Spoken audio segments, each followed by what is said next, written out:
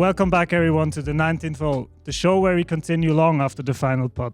Tonight is about sport, pressure, family, and building something that's earned, not inherited. First of all, I would like to thank to Brian for the bar, Andy for the sound, thank you very much, Athletes Network for the cameras, Videojobs that do the editing for us, to you, the audience, of course, thanks for being here, and Swiss PGA for partnering with us. Thank you very much. I'm very happy to have the CEO and the COO and founders of AYCANE here tonight, Nico and Sven. Thank you very much. Thank you very much. Thank you very much. So we're gonna start like we always start with golf. So when did you start playing golf, or how did golf come into your lives? Well, that's quite a while ago. I remember I was maybe 4 years, maybe 5 years old. Our father brought us to Lucerne Golf Club, very nice golf above Lucerne, and he actually cut his clubs and just put the grips over it, and we were swinging the clubs then. And yeah, that's how actually I remember the first time being on a driving range, and yeah, I still remember that very well. So he cut them by himself. I'm not really sure because he's really bad in creating stuff business-wise. He's very good, but cutting clubs, I'm not sure if he could do that. Okay. So you both started at the time. Well, I don't know. I'm 2.5 years older than Sven. I think he took him first on the golf course. I was then maybe a little bit after. I was still a little bit later. Yeah. Okay. Yeah, I mean Lucerne has a quite cool driving range. I think it's pretty fun to start. So. And did you do like other sports growing up, or? Yeah, I mean, we definitely grew up in a very sporty family. Our father he grew up in St. Moritz, Engadin, and he was living very close to a golf club. So I think very early days he was already having the golf virus. Yeah. So golf was for sure very present when we grew up. He also played ice hockey. Right. So that's also the reason maybe that we played hockey later on, and yeah, cycling, going to the mountains. So sports were always very important. Cross-country skiing. He brought us everywhere. That's cool. So that was really good, yeah. Nice. And how was the competitive level between you guys? It was very unfair, to be honest. Why? I don't know. It's well, first of all, he's 2.5 years older. My brother was 2.5 years older than me. Yeah. So our dad's very competitive. So he brought us up like the one thing he hated the most if he didn't take sports serious. So he always said, if you do something, do it right, do it good. And yeah, I looked up to my brother, and he was for once he was obviously stronger and taller than me. But he was also blessed with a little bit more talent than me, so okay. I was always running behind him. I always had to put in the extra work to follow him and be on his level, but it was very challenging as a young brother. All right. And you kicked his ass? Or? Yeah, all the time. You know, I remember that we didn't have any phones, we didn't have any PC games or whatever, so we had to play something, right? And I remember till to an age, I always told Sven, hey, come on, let's play hockey outside. Then he had to go to the goal, and I was shooting pucks at him. I was always the goalie. Or I said, let's go skateboarding. And then, yeah, we always... you were the skateboard. Yeah, I love to skateboard. And yeah, it was always very funny for me till to an age where he became also quite strong. And it was always very competitive, and we had very good fights. Sometimes a little unfair, I have to say, but yeah, it was great. We grew up on a like a farmhouse, very outside of the city, and there we just had to play any games all the time. So we were very competitive during that period of time. Yeah. Yeah, so you think that helped you for the rest of your life a little bit too? Yeah, I think it kind of, it's the way you were brought up is kind of building your future as well. And I think the competitiveness will always stay. If you have a brother and you compete, and also like with the father we had, I think even today's life, it's the way it is. Yeah, we interpret it differently. Like obviously, when you grow up, you have your own paths you take, but I think being competitive remains. Yeah. So how much do you still get to play golf these days? Well, I mean, I have to say that I played a ton of golf when I was young. I'm not saying I was forced, but our father was really also competitive and had a vision of life, and that was weekends was playing golf. Sometimes not only one round, it was also 2 rounds. He was so into it, and there was no discussion, do you like to be with us or not? So I have a daughter, she's 16, and if I would tell her every weekend she needs to come with me and play golf, I would have troubles, I have to say. And back in the days, it was no question. So you just had to play golf. And for me, it was really great, of course, because you became quite good in it and played internationally or nationally and internationally at tournaments. But when I turned 18, I was kind of on a phase to say maybe that was a little bit too much and maybe also a little bit of pressure. So I told my father, or he told me always, when you're 18, you can decide by yourself if you want to go every weekend for playing golf. And then I told him when I was 18, I will quit golf. He was not that happy. Okay. And then, I stopped playing golf for a while. And then with the brand we owned before, shoes, we launched the golf collection 2013. And then, of course, I had to play golf again. And then I played quite a lot. And the last 2-3 years, maybe a couple of rounds, and I really just enjoying with friends and not on a competition level. Okay. So was it for you a bit the same, Sven, or? Yeah, just that I was the younger, and I got the joker. I can decide at 16, not at 18. All right.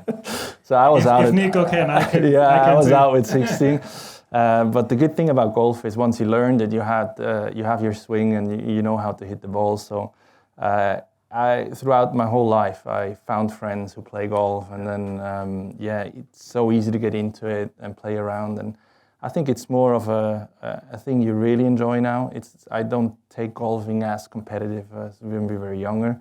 It's just enjoying the company of people and not really always trying to improve your handicap. That's not part of my game anymore. Yeah. I mean, it's also great in golf. You can pretty much play with everybody. Like we could go on a round together and we're just going to have a fun time. Exactly. Everybody minds their own game. And that's exactly. just that's a good thing from golf. Mm-hmm.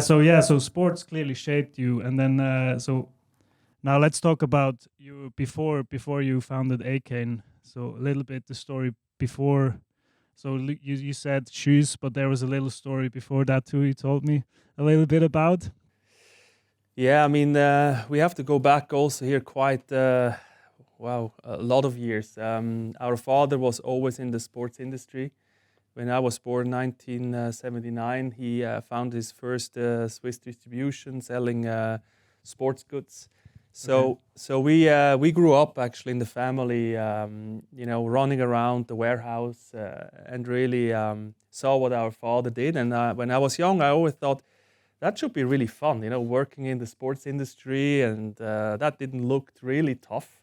And I really enjoyed being around that company. And I knew from really early days that I would love to do the same thing as our father. And naturally, of course, we came a little bit into it because he had some connections, and he's there. We can go and work there, or maybe you should try and get a job maybe at that company. And we started very early actually working for sports companies as well. First, different kind of brands in the snowboard sector, or then ski.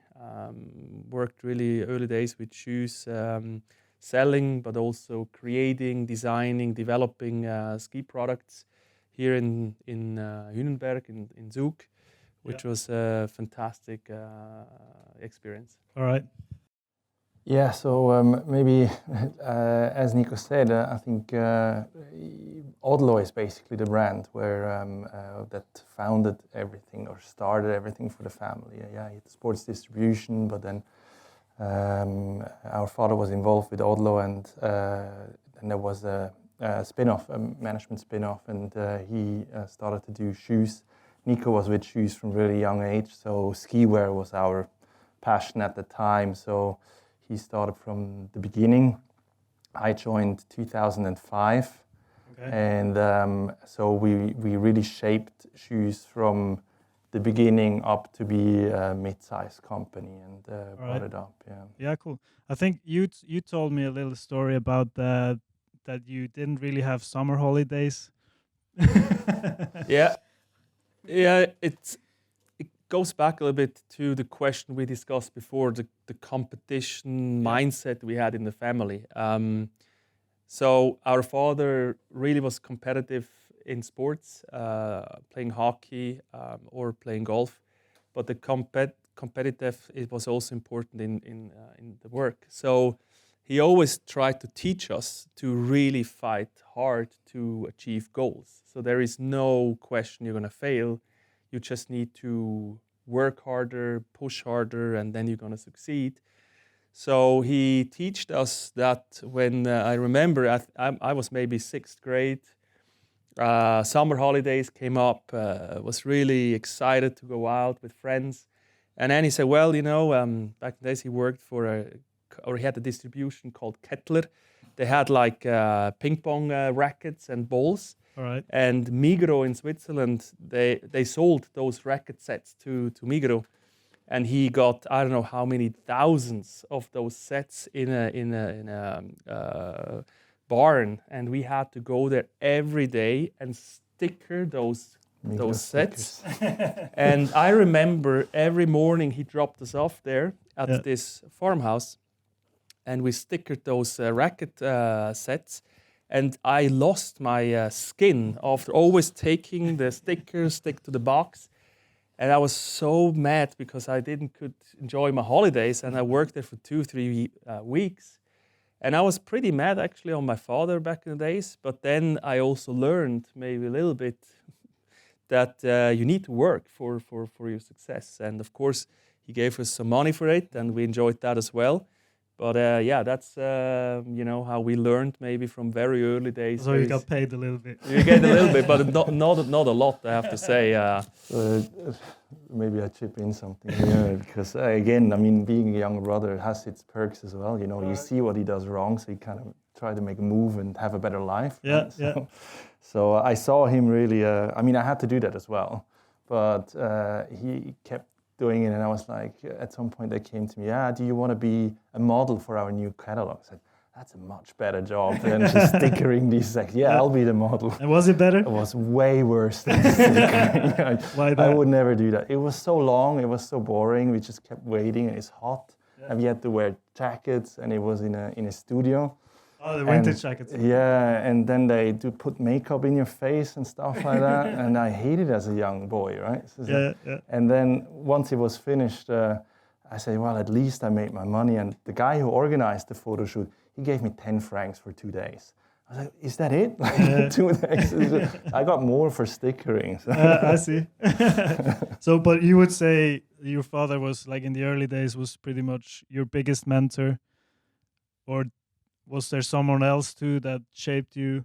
No, I think that's for sure. He was definitely the biggest mentor. We still look up to him, what he achieved. I mean, he came out of a very poor family, really worked hard and achieved so many great successes. So we definitely still look up to him.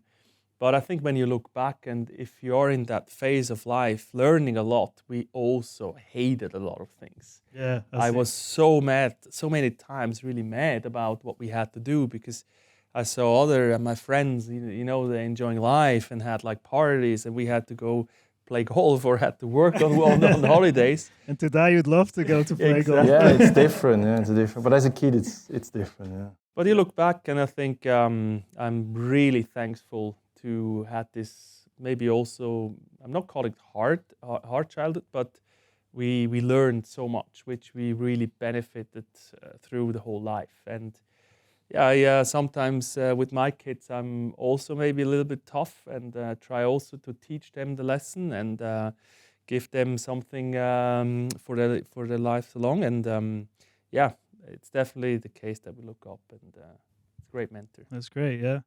By the way, if any of the audience would have questions, you can just raise your hand. Madu is gonna check it, and he's gonna come by with a mic, and you can ask the question then just in between quickly. Sorry. Yeah. So, and how did you like find your way or earn your way into the? So you started quite from the beginning with shoes, you said before, and you came a little later, Sven. So how did that take part? I remember I was working for another company, and then I had 3 months off, which was amazing for me. I would never had time in your first life. time in life. That was 2001, I think, just into 2002, and I booked holidays, surf holidays in Bali, and it was really like. I worked hard in the early days as well, so I just wanted to take off a couple of months to see what I will do after this. And I remember being in Bali, surfed every morning, 5 o'clock in the morning in the water, and really enjoyed life. And I think it was the second month, my father called. So no phone, so he was writing, I think it was an email which came in, and then I had to find a way to call him because he has it's very urgent, you need to call me. I said, oh no, what's going on now? Okay, so I called him and he said, well, there is an opportunity, you can come home and start working for me because at Shoes, they just founded Shoes and they needed a person who takes up the Swiss distribution. So you're now ready to take up this role and come home and work. And I said, well, I'm not sure I have another month's holiday. So, and then he said, listen, you have 24 hours. You can think about it. No pressure, but that's a very good opportunity to come home. And I said, okay. And of course, he gave you 24 hours. 24 hours. Yeah. And he was tough on that one. If I would not call back, the job would be gone. So, yeah, it was tough. So I called him back the next morning. I said, okay, you know what? I take the job, but I will stay another month and then I will take it. And he said, no. You come home, I book you the flight, and then you start working. And I said, okay, then I come home. So you fell short 1 month of surfing. Yes, only 2 months, which were also good, but that 1 month, yeah. So that's how I started, early 2002. Yep. Early that year, I took over the Shoes Swiss sales position and started from there, yeah. All right. And I think Sven was snowboarding, or what was that in Germany? I took a little bit different route. I think in general, again going back, it's always easier for the younger. I think he was on that side much more under pressure than me. I had more freedom, so I jumped around a little bit before I started working for my father. Actually, it was my nightmare to work for him. I definitely didn't want to work for him. So for your father, it was not on my plan at all. And when I was 19, I said I was always a little bit of my parents always said the rebellious one. So I just want to leave. I want to leave the house. I want to just go away. So I moved to Munich, to Germany, and I found a distribution agency there, and I started selling snowboarding because I was very much into snowboarding at that time, and also a little bit competition and so on. So I sold snowboards for a while, and then just going around a little bit in the snowboard industry. I ended up in France for a couple of years, actually 2.5, 3 years in France, as a team manager. So I managed the snowboard team, and they sent me to all the competitions like a freestyle snowboard team. Yeah, exactly, freestyle snowboard. Yeah, so it was as a young professional the best job ever. They pay you to go to a party, basically. So yeah, I did that, but I ended up eventually at shoes as well in 2006. Basically, there was no escaping. Yeah. But did also your father call you, or Actually, it was it Nico? no, it was very much the same. No, it was my father. It was a pretty similar story to him. Actually, he said I was just going around a little bit and always taking my holidays, and he said you gotta work. I mean, it doesn't go on like that. I never asked for money from my parents. I always made sure I have enough work so I can finance myself. But even that didn't stop him from telling me I need to start working with him. Yeah, but yeah, no, he said basically it ended up in an internship first, and I was quite smart. I talked to a fabric supplier during the internship who was from Hong Kong, and I asked him, hey, do you have a job for me by chance? Because I really want to leave again. Yeah. And he gave me the job. Yeah? He said, yeah, I got a job in Hong Kong. So I said, great. So I go traveling, end up in Hong Kong, start working there, but then my visa got denied. So I didn't get a work permit. And my father looked at me, he's like, well, now you got to start working for us again. and then you started. That's when I started. All right. Yeah. And then for how long have you been with shoes? Yeah, I started 2002, and we sold the company in 2019. Yeah. So it was pretty 18, 19 years almost. Yeah. So and when 3 years, like 15 years, something like that. All right. And when did selling become an option, or what was the whole process behind the selling shoes? Yeah, I mean, we owned the company for quite a while. 2013, we launched the golf collection. That's good. Which was very successful. Especially the US business was growing very, very strongly. And yeah, we just came into a phase where we discussed the next steps, and we just had the feeling to expand quicker and faster. And when we looked out for partners, we were super lucky, to be honest, to had the chance to talk to FoodJoy and Titleist, the mother company called Acushnet.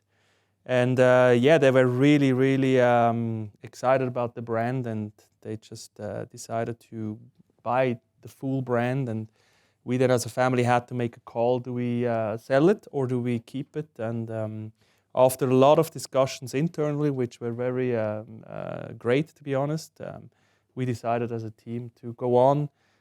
It's also great if you look back that you really achieved something, and also yeah, you had a financial package which was great, and you can look forward and say, okay, what else are we going to do? And I think after 18 years for me, and Sven 15 years, our father was with that company, of course, since the beginning.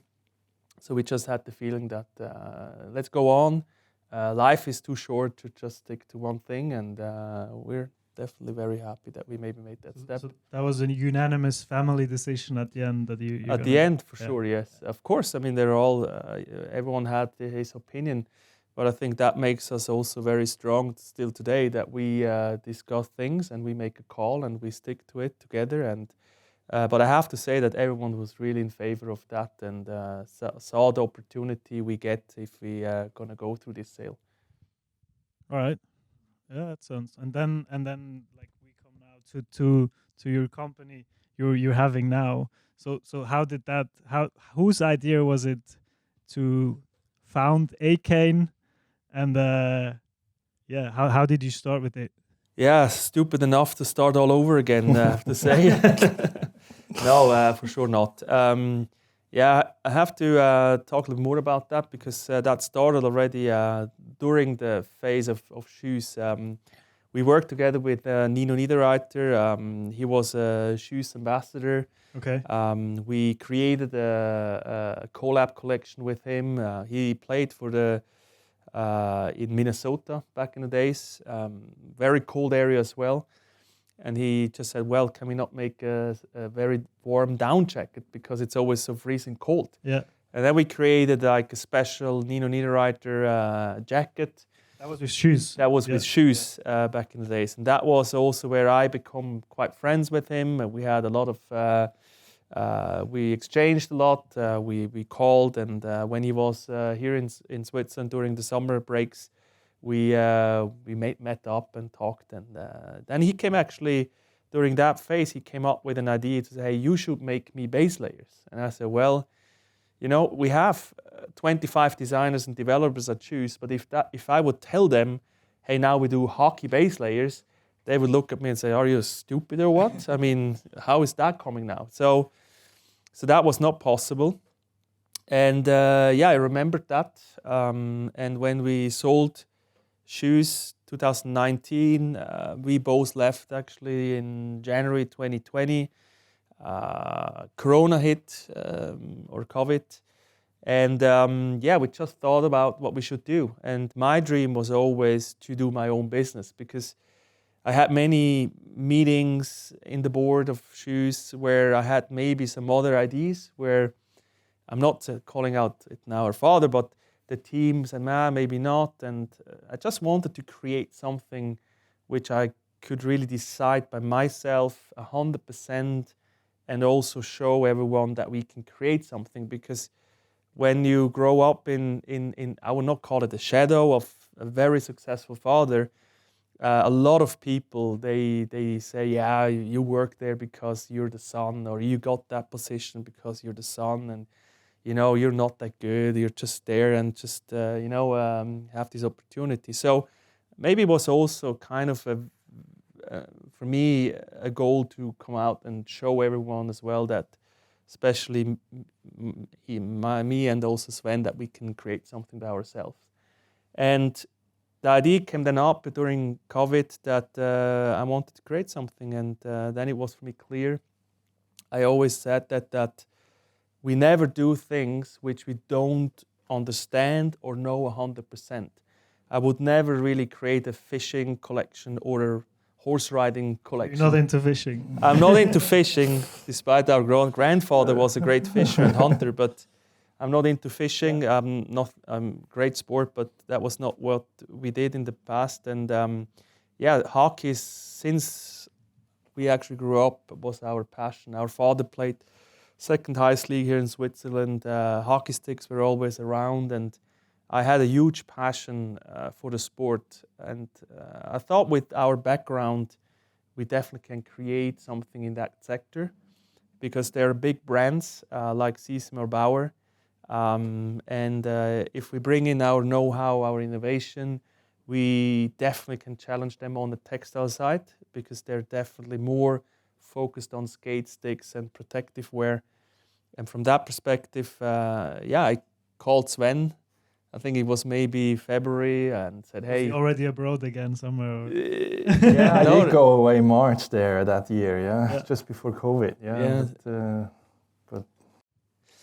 I called him, and I mean, we worked together since so many years, and I had this kind of vision. If we create that brand, I need to have a trusted person next to me, which 100% I can trust, because I have my skills, he has his skills, and they're definitely different. So I would never ever start the company without Sven. So I called him and talked a little bit about the idea, and we had several meetings where we went through the business plan and thought if it's a good idea or a bad idea, because startups, it's about, I think, 60 to 70% of all startups are not succeeding. So there is a big risk with our past that we get started and, of course, will fail. And but when he said, "Hey, I love the idea," and we kicked it off and tried to find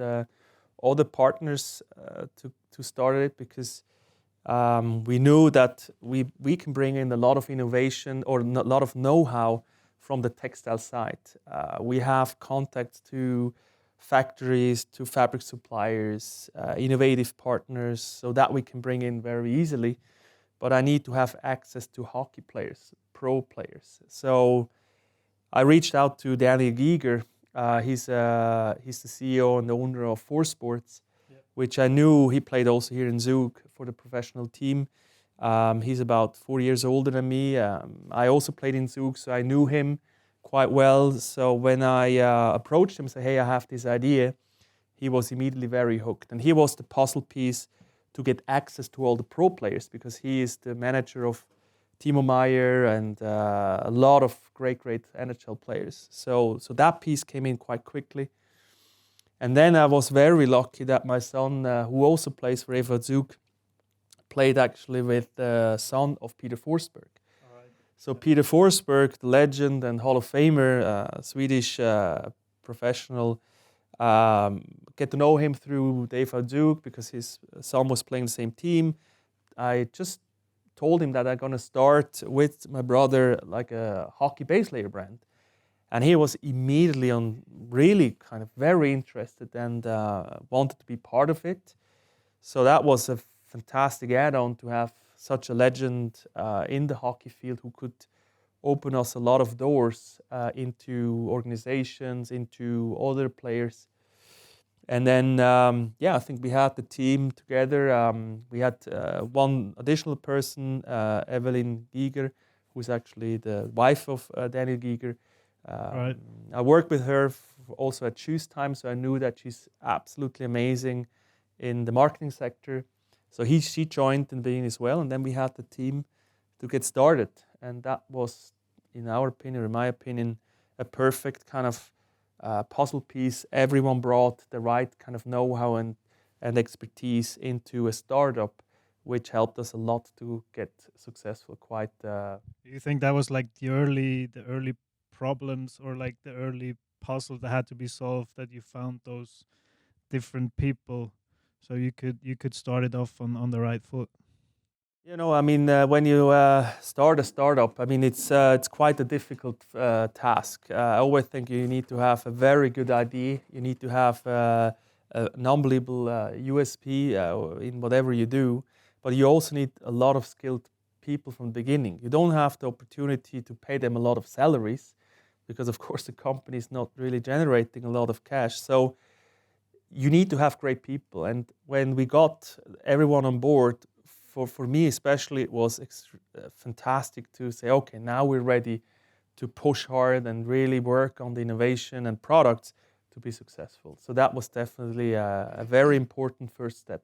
Yeah. And the roles were from you two were from the beginning pretty much given, or? Yeah, I think we talked a little bit about it. We've been working with each other for. I mean, I joined Choose, so we had a 15 years history together, and I think that's one thing we get asked. One of the most question is how can you work with your brother? I mean, it's like, I think when a lot of people think about it, it's quite special that we get along so well at work. But I think there's two things where the reason why I never really had any doubts that it will work. One thing is, I think back to our father, he really taught us a little bit to respect each other, because Nico said he has his strengths. I'm a very different character than him. I have my strengths.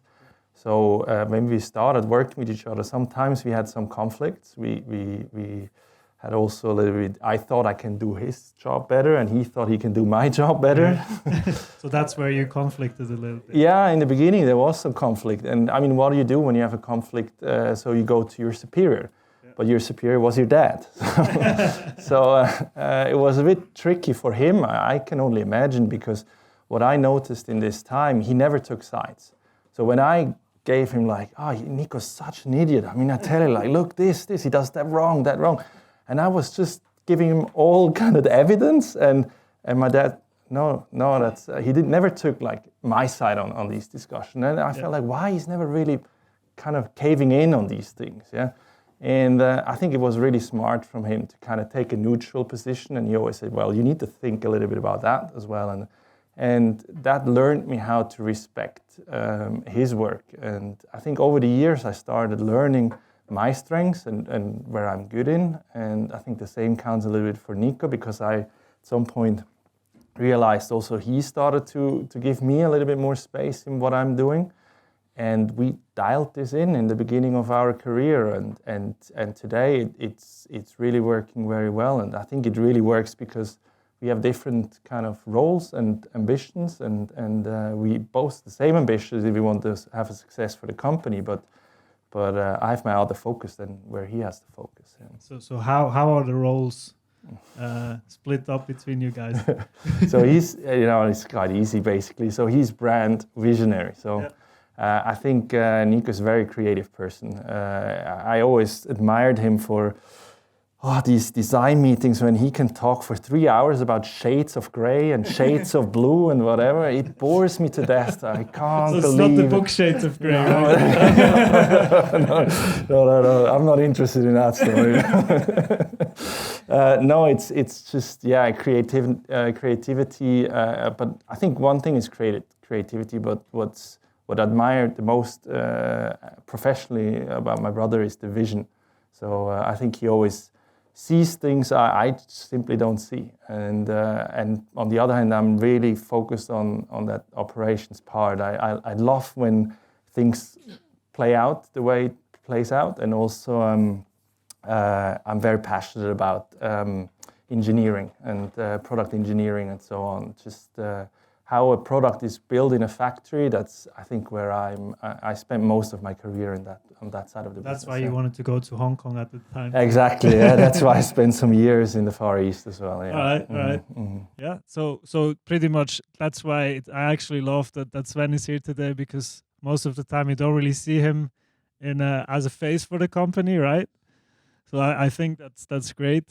I mean, the both of you, of course, but I heard that Sven actually tried to sneak out. And I think that's really a point where the reason why the company or we together actually work so well. There's so many things I'm so happy that he's just doing that. Yeah. Where I can concentrate on my things and I can trust him 100%. And I think that was also the reason why I would maybe not sit here and talk about AYCANE if he never joined it. So that was really good. Really excited and really happy that he's on board and supporting that. But we're definitely different, which is the success. I think if you really aim for the same spot, a lot of family businesses maybe have troubles because both of them want to be the face or both want to be the boss, the CEO or the decision maker. Even it was maybe my idea, but I never would go out and say, hey, it's my idea, my company, my whatever. We always share it. I see us on the same level. And I think that's the essence of success, that when you want to work with a family member. If you lack on the respect and you want to push for being the better, the greater, I think then becomes very difficult. So yeah, we learned that. I think till 18 we gave us shit all the time. We were really, we had tough times in the early days. But now everything is very, very Is it a bit more tough for Sven because he was the younger one? Yeah, no chance. Yeah, I was always beaten up. I mean, I was always beaten up too by my older brothers. So the younger brothers. I know the feeling. And then my brother actually kicked me once. He kicked me out of the house with my pyjama. And I had to drive with the bike to the golf course to tell my parents, like, my brother kicked me out of the house. So can you come back home and tell him? Yeah. So yeah, that was. Linking to the golf thing. Actually, I remember one holiday we were in Dubai. We were obviously playing golf in Dubai, I remember we shared a room together, and he beat me up. I was like, I was hurt, and the only weapon I could find was a golf club. So I started. That was basically he started to be intimidated once I had the golf club in my hands. Great. Perfect. So do you ever, like, of course you're probably gonna clash sometimes in the office, but did you ever go home angry, or was it always settled before you got home? Recently, I have to say, that's quite a while actually. We never had like a big fight. I don't really remember at all. We have arguments, and I think that's also important. If you don't have any arguments, then you maybe don't push as hard as you could as a team. So he gives me shit if I do something wrong or if I miss something. I say, hey, come on, we have to do this and that. And we discuss it. We have sometimes also different opinion on decisions. But I think we always find a very good balance of saying, okay, if we do that, then we we do it, but then maybe we have to create something else to achieve it. So I think we always find very good ways in maneuver our decisions into the right direction. So I don't remember that we were home very mad.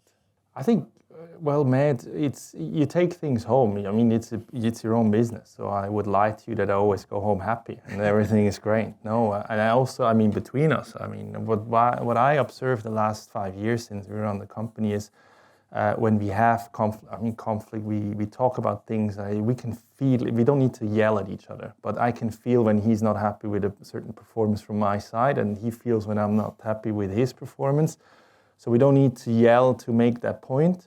But what I do is usually I take it home because I can think a lot better at home, sleep over it. I like to go for a run. That helps me really a lot to clear my head. Yeah. And then in many times I come home and I present him kind of a Zulu, hey, I thought about it. You were actually right. It's not perfect the way we done it, but I thought about this and that solution. So yeah, sometimes you need to take it also home to start thinking, because when you always want to talk it out in the office, it starts to get into yelling and for a long time. Yeah. So yeah, no, it's definitely we do have our different opinion on things. Yeah. Yeah, but that's probably also a point that makes the whole AYCANE successful, right? Yeah, as I just mentioned before, I think without arguing on or have sometimes maybe a harder talk, it will not be successful in my opinion. So you have to push each other. We have to make tough calls. It's not Disneyland. It's not holidays. So it's hard work, and sometimes you have to decide on tough things. And from that perspective, again, it's always important to really respect others' opinion, and then reflect, and also be not too strong to maybe push only for your opinion because it's your opinion. It's very important to align or to think over what that decision is, and sometimes also come in the morning and say, hey Sven, you know what, I thought about it, you're right. And I think that's strengths, and that's what the company needs to really be successful. Otherwise, if you only fight for your rights, then you definitely land on the wrong spot. All right. Yeah, that's great. And just so quickly to another part. So how do you separate innovation versus perfection in the, because sometimes that blocks each other a little bit, right? Yeah, it's very, very tough. I think, how can I say? I think maybe back to the personality, I'm in engineering, and I usually want to make things perfect. That's just the mindset.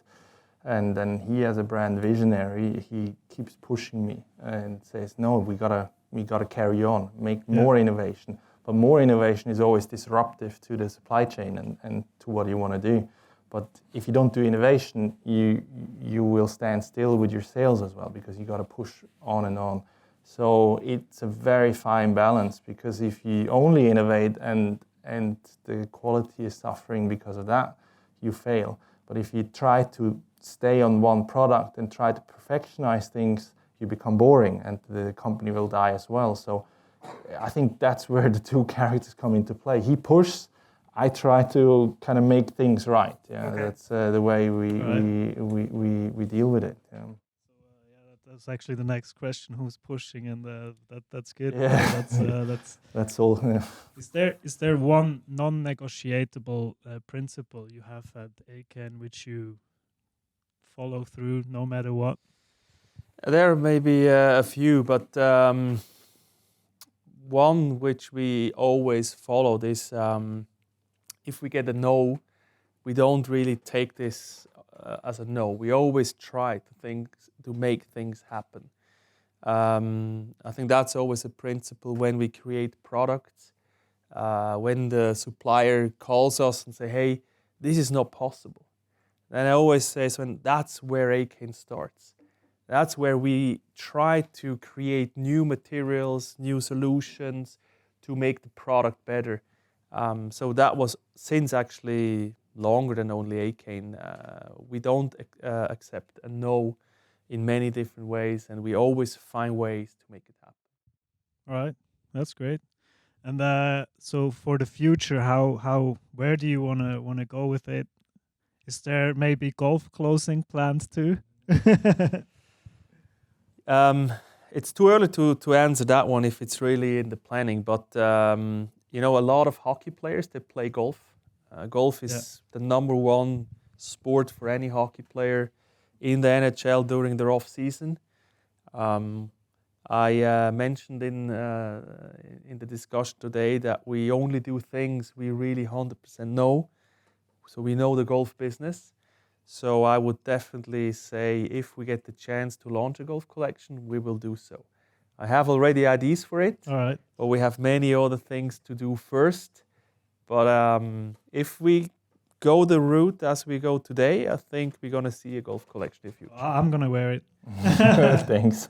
I got a T-shirt from you guys, and it's I wear it all the time if I can, if it's not in the washer. So that's good. And but back to, so where did you almost get it wrong? But was there a moment where you founded AYCANE when you thought like, okay, this could fail? I don't think fail, because especially when you're in a startup phase, I think it's extremely important that you have a very strong sense that you're gonna make it. If you start believing that it gets difficult or you maybe don't make it, then you're gonna break down. So I don't think we had times where we thought we don't make it. It's more, if I look back, the pain you go through and the hard work you had to put in. If we would know that maybe in the beginning, that we would start again, I don't know. But I think that's the good thing. You really push for the success, and when you look back, you understand how hard it is. And that's also a very great learning curve you will, have for future life. So, no, I never thought this will not going to work out, especially with the team we had. We were 100% sure we're gonna prove that. Yeah, that's great. That's why he's called the Chief Eternal Optimist. Chief Internal Optimist. Eternal Optimist, CEO. Yeah, I see. What's then COO? I don't know. You need to ask him. That was my nickname for him because whenever we exactly, whenever we felt like, oh no, this didn't work out, you start to be a little bit maybe start to doubt. So he was always there to kind of, we're gonna make it. Yeah, that's. So you'd say you maybe sometimes you had a little more doubts, or? It's. I think you need to have again, that goes back to the vision. Yeah, that's. I think I'm a realist. Yeah, and when you ask, there were situations when you were realist. You said, well, this looks pretty bleak. Yeah, this doesn't look very good right now. Whereas he only sees the future. He sees the past where we want to go, and I see the here and now. So I think you need to be able to analyze the here and now. You need to have a person who tells we can't continue like that, but you also need a person that's the way we're going to go. Yeah. So back to the roles in the way we work. Yeah. Yeah, see, that's a big part. I love to hear it. It's like it's so good. I mean, it's like you said, like if you'd probably just go, like you don't have the one next to you that tells you like, hey, maybe you gotta put the brakes on a little bit right now. Yeah, but it's also, when I try to be optimistic and really show where this journey can go, also Sven is super important to pull me sometimes down and say, hey, come on. We don't dream about the future. We're now here and we have to do this now. So, and I think that's comes to the point again that we together we are very strong, and we definitely help each other to be successful. He has his strengths on one side, helps me to be better, and the vice versa. And I think that's the reason why we worked for so long together, and achieved quite some great results the last almost 20 years. Yeah, and I think now it's for us. This was the kind of time as a startup in the first, I would say, 3 years. We had these moments. Of course, we still have our challenges, and it's very hard. But now we see that the NHL guys playing with our stuff and so on. We're super proud of. I mean, now it's much easier to look back and say, well, we achieved something. But I think once you start, you have nothing there, right? You kind of start from scratch. And that was, for me, kind of mentally the toughest time, where I could not like hold on to something, but we built something. There was literally nothing in the beginning. So, but by now, I think we have something to show off, and we're proud of that. Yeah. Yeah, so you kind of see like then you did, like back in the day. So you worked and you didn't really get to see the NHL players play in your clothes, and now it's that I think that's got to feel awesome. Yeah. Exactly. Yeah, I mean, it's when you start a company and you create those products. We were super stoked when we saw the first National League player here in Switzerland wearing it. Remember my first video call or video meeting with Victor Hetman, superstar in the NHL, wearing our products. That was great, but you didn't saw any logos. And now seeing Patrick Kane or Macklin Celebrini and all those stars with the logo it's just incredible. But that's the nice thing. But yeah, there is a lot of hard work which went into it and still goes into it. I also have to say that we achieved a lot, but we also didn't achieve a lot till yet. There is a lot to go on and to achieve till we can say, okay, AYCANE is on a point where we're super happy. So it's still a long way to go, and we have on our door. I mean, you went to our office. Yeah. There is a big letter on the door which says every day is day one. Yeah. Every day is day one. Reminds us every day in the morning whatever we achieved. That's great. We can celebrate that, and we also should celebrate it. But always think about we didn't achieve anything yet. So there is still a long way to go. All right, that's awesome. Yeah. So yeah, I think we're gonna quickly come to the stinger questions now. So I mean, there's some golf questions in there, but we're just gonna keep it the same like everybody else. So just for I mean, we can say who's your favorite golfer. We could say who's your favorite sportsman right now. Normally keep it with the golfer, but you can also say. You can also name two. You can say a golfer and or a golfer. Yeah. You mean to look up or mentor? Just the favorite, like, so normally it's the favorite golfer or the favorite golf swing, but I'm not sure how much golf you actually watch. So yeah, we watch a lot, but okay. my favorite swing, and I always try to play like him. He's a little older now because I'm also older, but it's Ernie Els. All right, Ernie Els, Big Easy, and always try to swing slow and really get the rhythm for it. So for me, when it comes down to the golf, back in the days was always Ernie Els. All right, that's great. And for you, Sven? Well, golf players, I mean, do you remember we used to play this dice game? Yeah. And it's kind of, we had golf players all lined up, and then we just throw the dice, and you had to pick like your golfer, and then you don't play, but like your numbers on the dice kind of tells you the whole, how many shots you had on that hole. All right. And then you go through 18 holes, and then and I always picked Freddie Couples. I don't know. Yeah, I love Freddie Couples too, yeah. That was my favorite player at back in the day. So. I remember one of my coaches, he actually said in the early days when I was like, I think it was like 12, 13 years old, and he said, like, you look like Freddie Couples. Yeah, that's right. Good compliment. Exactly, Yeah, I was really happy when I heard that for sure, yeah. And what's your favorite club in the bag? My favorite club in the bag is number 7. Oh yeah? Yes. First one we heard that. Really? Yeah. Really? I don't know. I remember my rounds when I played competitively. I always was happy if I can take my club number 7 because, I don't know, maybe it was number 7. I had such a trust in that club. So I always try to, have my drive somewhere where I have a 7, which is still a long way into the green. But what's the distance with a 7 then? Yeah, 7 I had like 145, 150, all right, something like that. That's good. We can play with that. Yeah. You, Sven? It's a very different question. Yeah, it maybe back in the days and today is different. Yeah, We but say today. today, then it will be number 3 wood. Oh yeah. Because I hardly ever use the driver.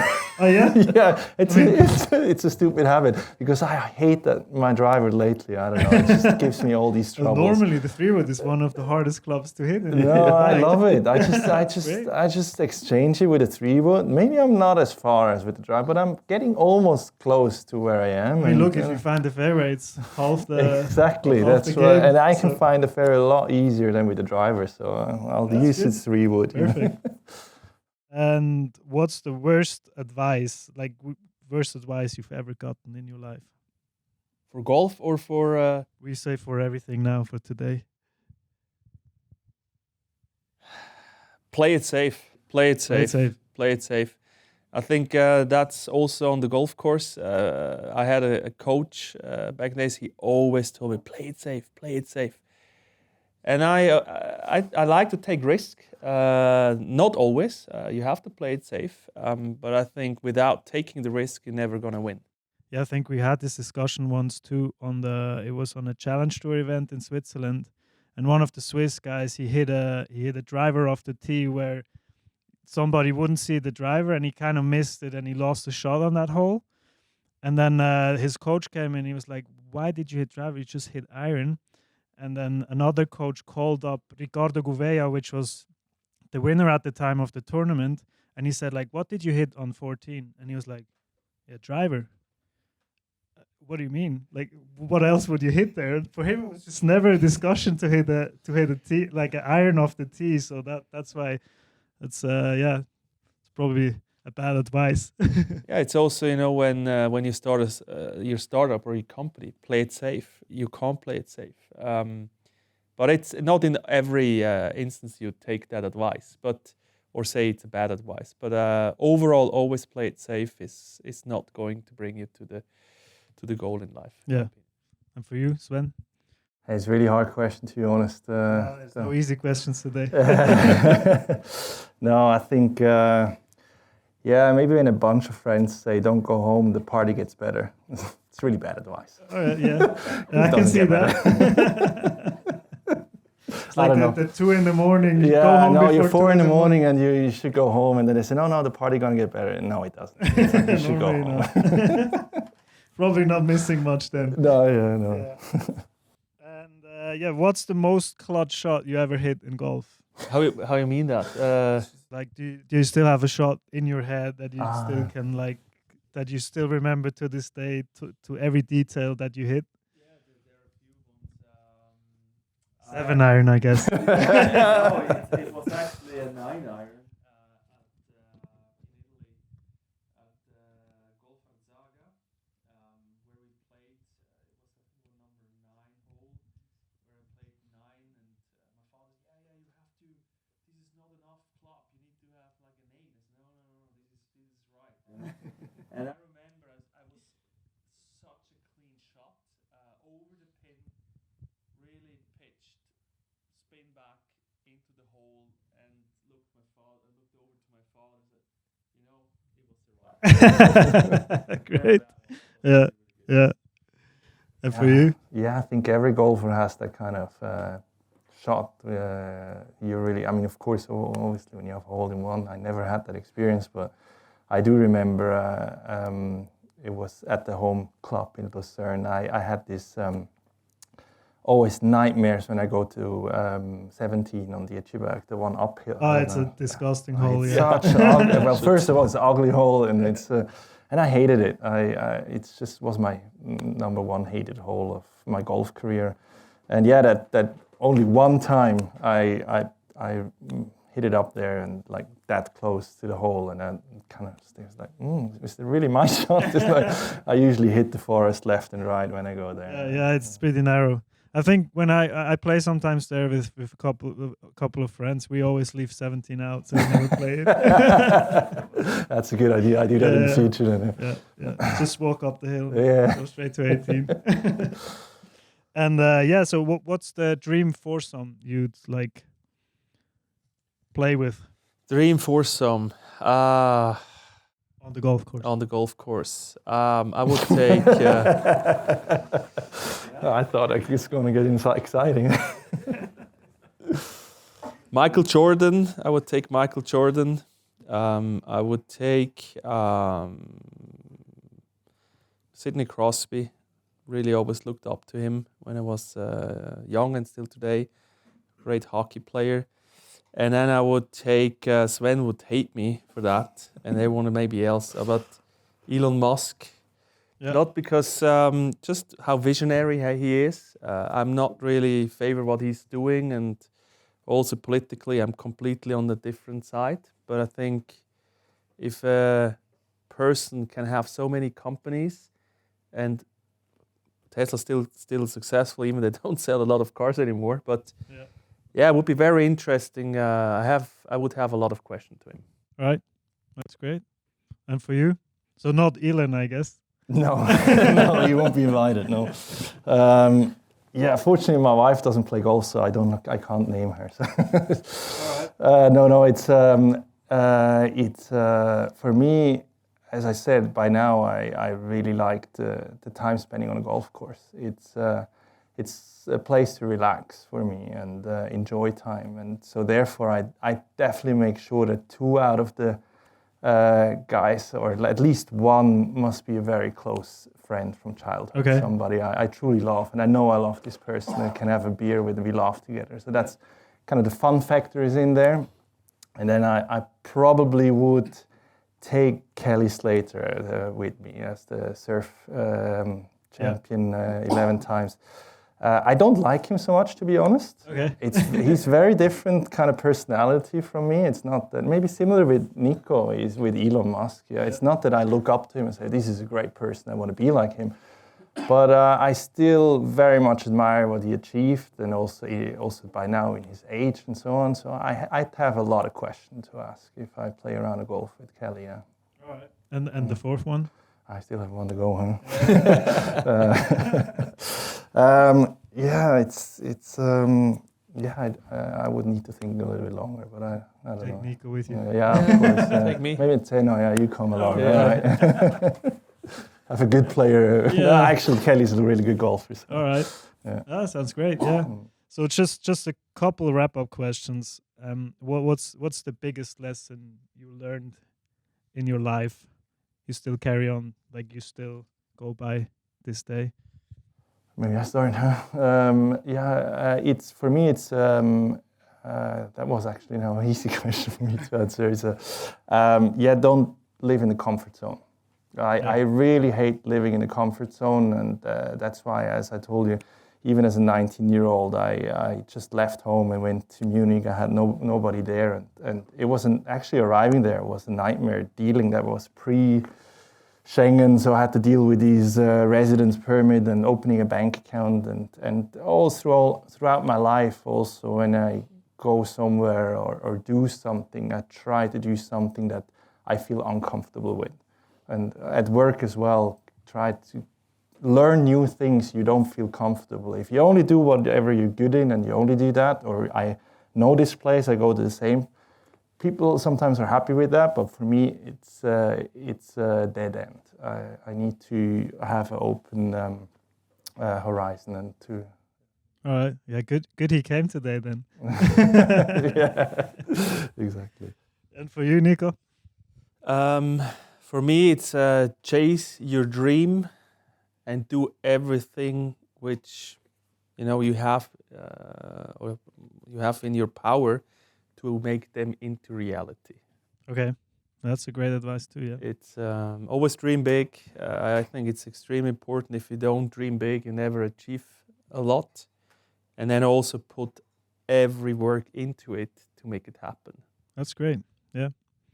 And so one takeaway, if the listeners could take away only one thing from this talk, what should it be? Just enjoy what you do. I think I come to that point. I mentioned that twice today. We would never do anything we don't know 100%, and just enjoy what you do. If you're stuck in life, whatever it means, which you don't enjoy, I think it's extremely important to change that quickly. The life is too short to do things which you don't like, and I think that was during our whole career always important.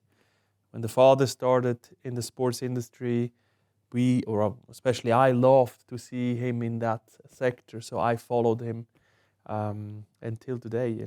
Just do whatever you love, and if it's not that, change it. Would you agree, or?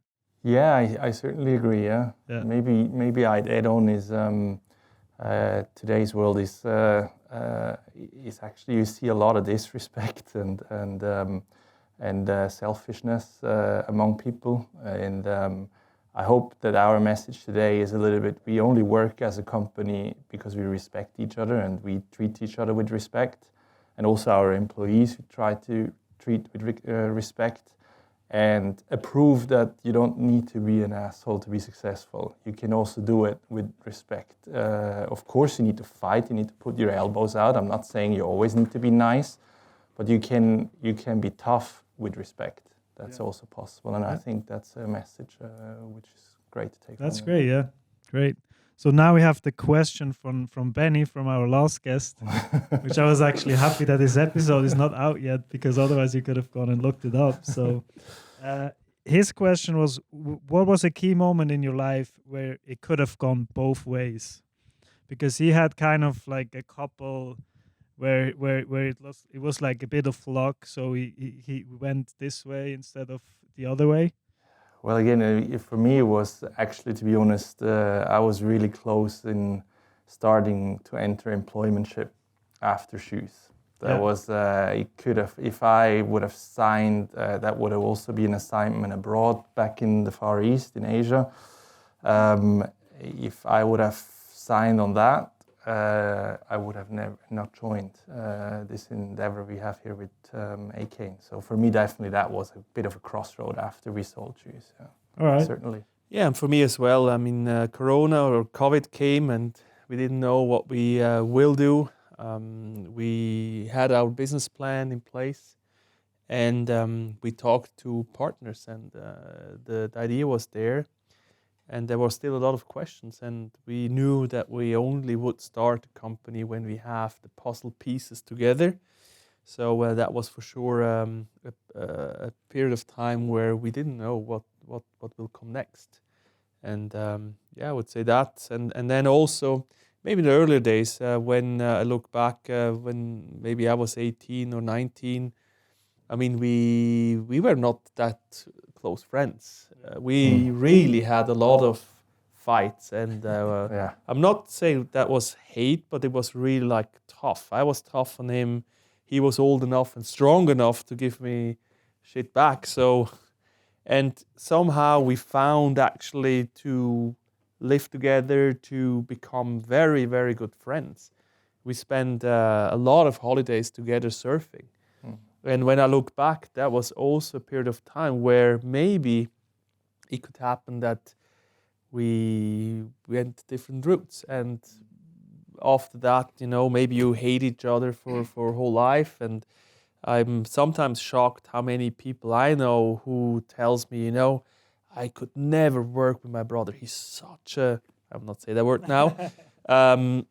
And that's for sure a time, or that was for sure kind of a period where I'm very thankful that it came out very positively. Yeah. And what would be your question for our next guest? Did you thought about that? No, I did not. I mean, you can have two if you want to. So yeah, that's what we said. Yeah, but should we really a difficult one? Yeah, go for it. Yeah. I mean, I'm shocked in which time we live at the moment. To be honest, I think we should get more and more clever. The people on the world, and when you see what happens, I think we go backwards. Yeah. For me, it would be interesting to know what he would do to make the world to a better place. Okay. Tough one. Yeah, that's good. That's good. I'm looking forward to the answer to that. Yeah. I look forward to that one Make as well. the world great again. Huh? Sorry?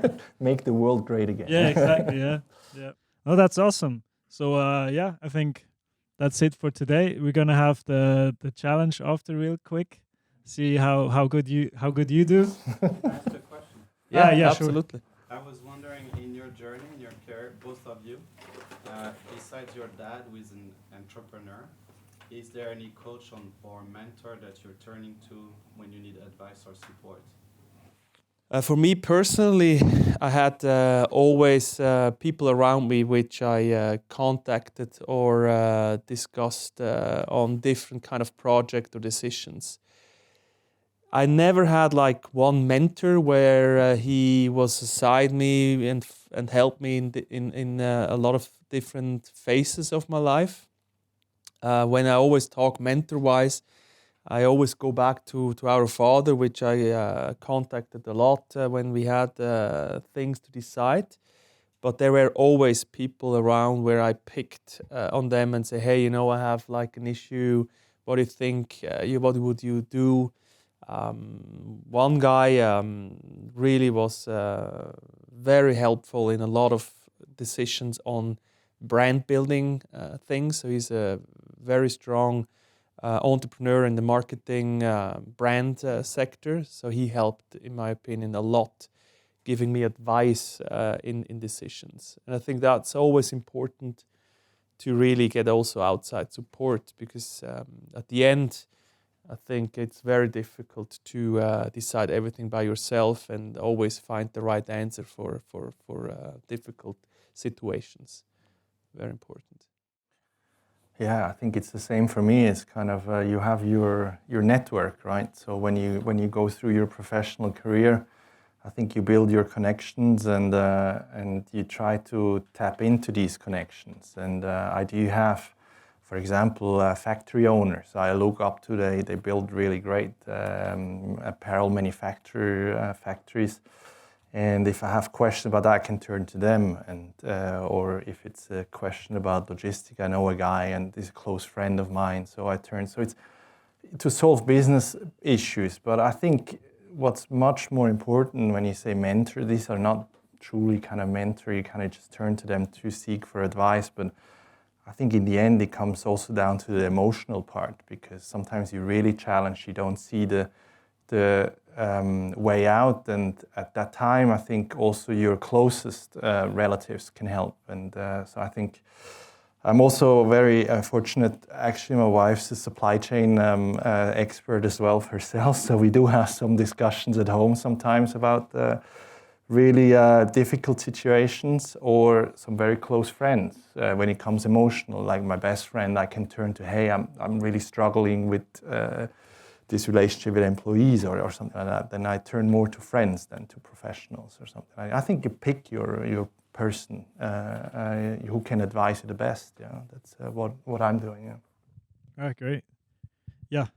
Yeah, congratulations on your success. I always love to hear entrepreneurs' experience going from an idea to building something great. It's inspirational. Thank you. The question I have is, have you ever had outside investors, and have you ever taken those trade-offs between perhaps getting more capital, being able to go bigger, versus having complete ownership over the business? And then related to that, how do you think about sharing equity with your team or your employees? Is that helpful? Is that motivational to keep the best team? Mm-hmm. So we experienced everything in the past. So we had to choose. We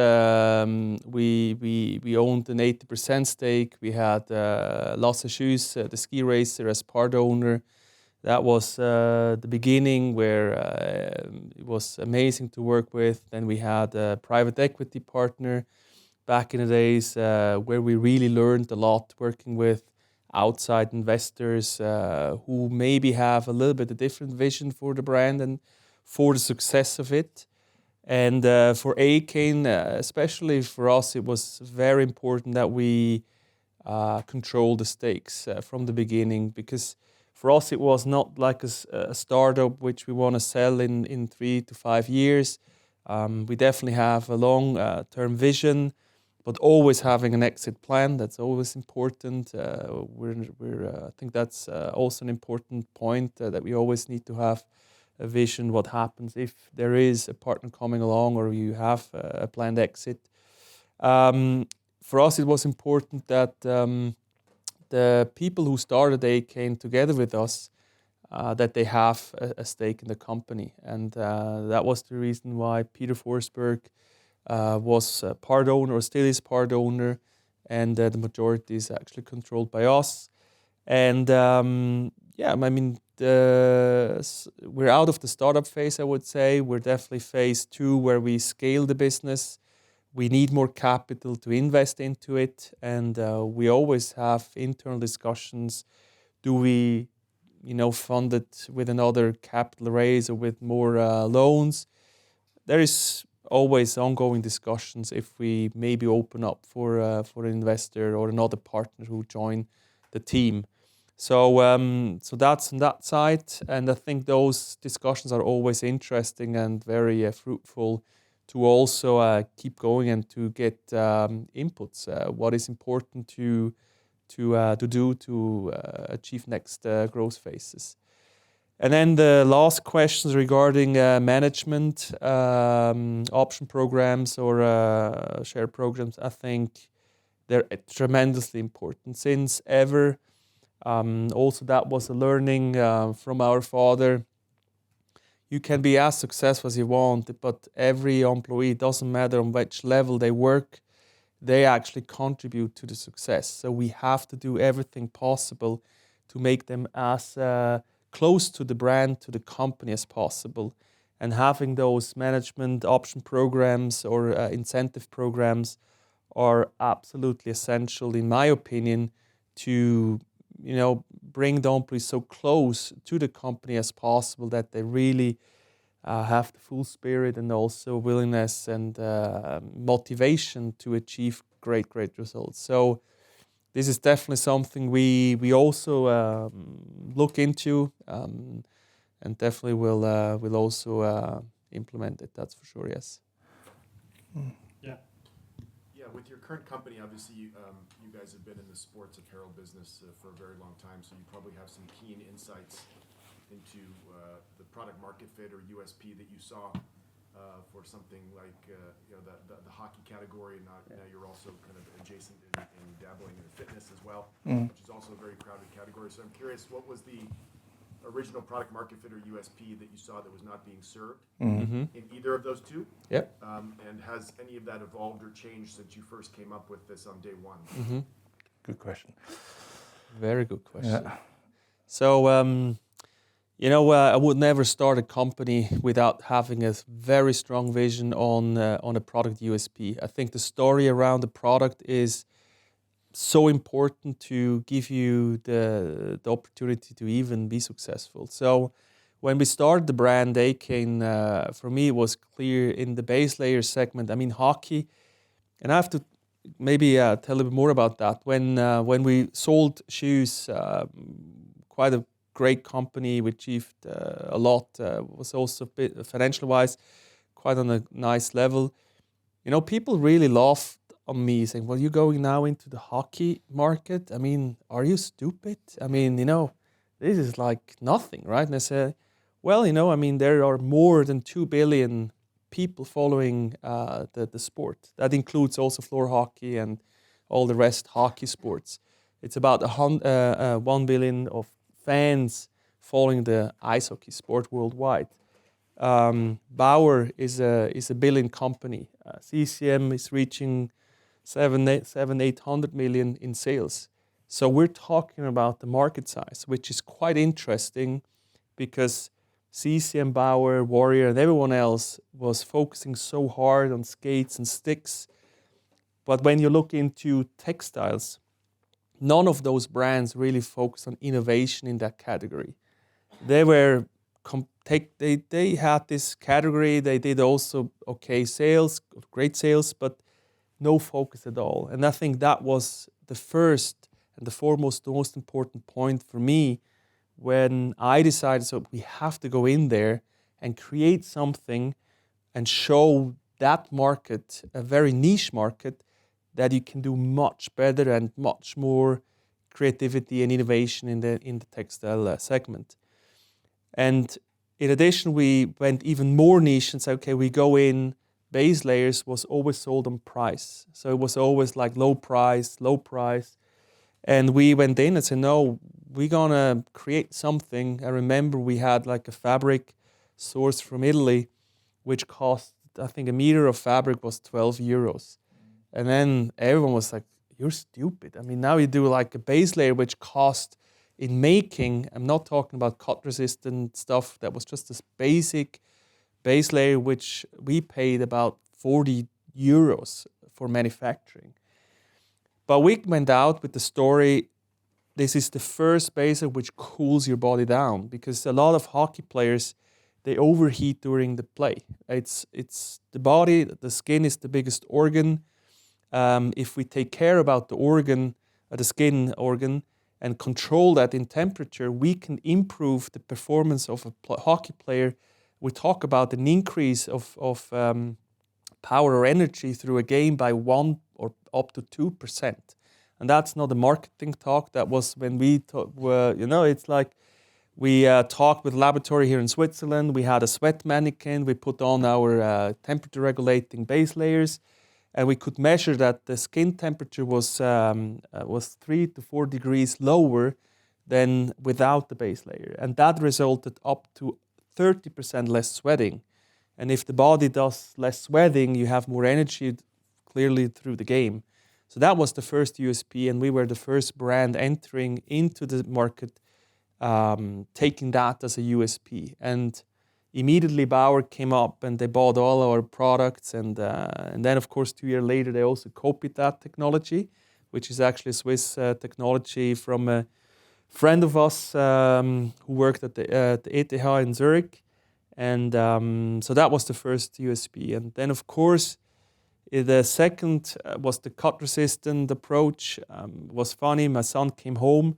He was, of course, dressed in AYCANE base layers. And he said, I don't want the CCM thick neck guard. And some players, they have this Bauer shirt where the neck guard is already included.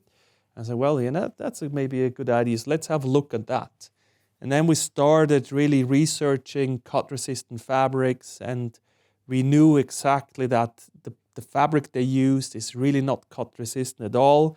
The body fabric they use is super cheap. So if we bring in a much more stretchable neck guard without the Velcro, which is important for head movement and comfort, because everyone hates those pieces. So the idea was really to creating the best, most comfortable neck guard shirt in the market. And also here we found in Germany a fabric supplier which works for military and police and they had like a cut-resistant knitted fabric which we used and didn't have any opening on the back. And we created that neck guard shirt and launched it on the market. And from day one, it was there, and so many people bought it because it was the only neck guard shirt without the Velcro piece in the neck. And that was the USP, which helped us tremendously to scale the business. And we never thought in the beginning that the cut-resistant category will be our future, but we had to turn to that because 2023 in October when Adam Johnson, US player who played actually in UK, who got cut on the side of the neck, who died on the ice overnight. Overnight we got orders. We were sold out in 24 hours. We were scaling the business. Everything was growing, but of course that helped a lot to really became quite present in that market. And luckily also that we launched 1 year ago, 1 year before that happening, the neck guard piece, because that of course is also kind of a lucky thing, but always in startups there is always a certain percentage of luck which needs to be involved. And I think that was definitely for us the piece to scale faster and to grow the company to a size which we are today. Maybe just quickly add on to the training and fitness apparel that you also mentioned. For us, it was always clear that we don't want to jump into the shark pool of all these big brands and compete immediately against them. I think we didn't have these resources, financial resources, to start pushing our brand out. And so we always, that's why we keep talking a little bit about the hockey, because we need to give our brand a home. And for us, it's clear that the niche ice hockey should be our home for the brand. But as at the moment we keep growing there, we slowly push out and serve the people who maybe love ice hockey, but they don't play it on the ice. They go to the gym. And that's where we come in with our fitness and training. So our marketing is very targeted to people who either play hockey or follow hockey. So we don't go out. Of course, anybody can buy our fitness and training products, but from a marketing perspective, we really try to be very precise, not that we lose a lot of resources by using a shotgun at a very huge market and you don't hit anything. All right, perfect. Any other questions? Talking back about what you mentioned, Nico, that 60-70% of startups are failing. What would be the one thing you would tell those guys who are attempting to build up a startup? Question number 2 would be, is there any sneak peek you could give us here today on what the future of AYCANE holds for us? Good. I start with question number 1. There's so many good ideas out there. I think if you're in that startup scene, sometimes I'm amazed how many great ideas people bring to the table. My biggest advice to everyone is to really believe and to dream about the future, to make it. Work every day as hard as you can to achieve that, and bring as many great, knowledgeable people around you who can help you to achieve that result. Alone, you never will achieve it. You need to have the right people around you. And with that, and of course, again, with a certain piece of luck, I think you can make it and be very successful. And the outlook, there is a new fitness and training collection coming up this summer. We're quite excited to really launch that. We have Moritz Seider, who joined as a strategic partner. Together with him and with some other NHL players, we will launch this new training and fitness apparel collection. And I'm pretty sure that will give us the next big growth push to also be successful in that field. But it's still a long way to go. And another very important message we talk internally is keep the focus. We can't achieve everything overnight. So we have to take it step by step. And sometimes Sven has to push me down as well. I would love to be much further today, but we definitely will take those steps and will show that we're on the right track. Maybe one thing to add on the operation, from an operations perspective, when you do your plan, when you make a startup and you do your calculations, how much money you need to raise double the amount of money, because that's what you need. All right, great. At least. Awesome. Perfect. So, thank you very much. Thanks again, Brian, Andy, Madu, Kevin, which is not here today again, sadly. Athletes Network for the cameras, of course. To you two guys, thank you very much. If you want to hear more or follow us on Instagram and YouTube. There's going to be the full episode up there. Spotify, of course, too. And we're going to have a quick challenge. And I also want to thank to you two guys, because you agreed for a little giveaway for our community. So we're gonna handle that later. But for now, we want to see the golf skills quickly. Let's do it. Thank you, Thank you very much, Zeno. Really great to have you here.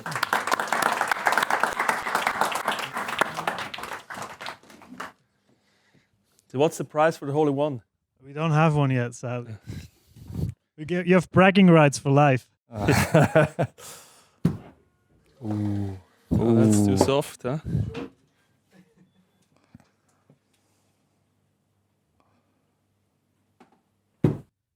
That's good. So we both get 3, huh? Yeah, I get 3. That's like 4 feet.